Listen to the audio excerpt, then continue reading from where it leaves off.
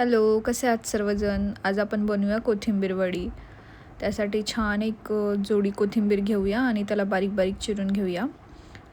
Side dish म्हणून ही recipe best आहे. आता एका भांड्यामध्ये आपण बेसन घेऊया. त्यामध्ये ओवा टाकायचा आहे, छान चोळून टाकायचा. लसूण, हिरवी मिरची आणि जिरे टाकून आपण त्याची पेस्ट बनवून घेऊया. आणि थोडंसं मीठ घालायचं त्यामध्ये, म्हणजे ते लवकर वाटलं जाईल. मी ही रेसिपी पहिल्यांदाच बनवते आहे, सो बघूया कशी होती आहे. आता हे वाटण बेसनमध्ये मिक्स करून घेऊया.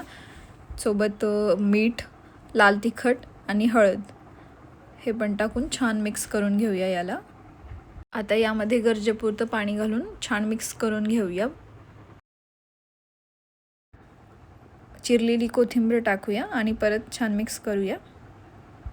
आपल्याला आता हे मिश्रण गॅसवरती छान प्रकारे शिजवून घ्यायचं आहे. एकदम जोपर्यंत घट्ट नाही होत मिश्रण तोपर्यंत अशी कन्सिस्टन्सी असली पाहिजे.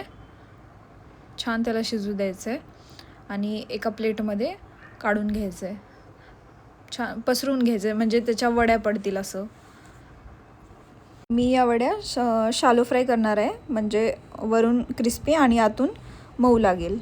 तुम्ही डीप फ्राय पण करू शकता. इथं अशा प्रकारे माझ्या वड्या रेडी आहेत. एवढ्या परफेक्ट नाही जमलात, बट ठीक आहे, ॲटलिस्ट झालं तरी.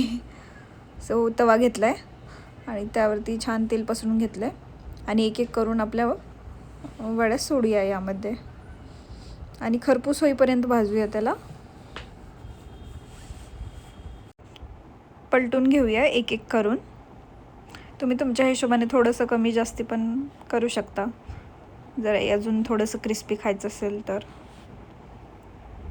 आणि छान रेडी आहेत. एका प्लेटमध्ये काढून घेऊया. मी चटणी तर बनवली नाही, सो मी इथे सॉसच घेते आहे.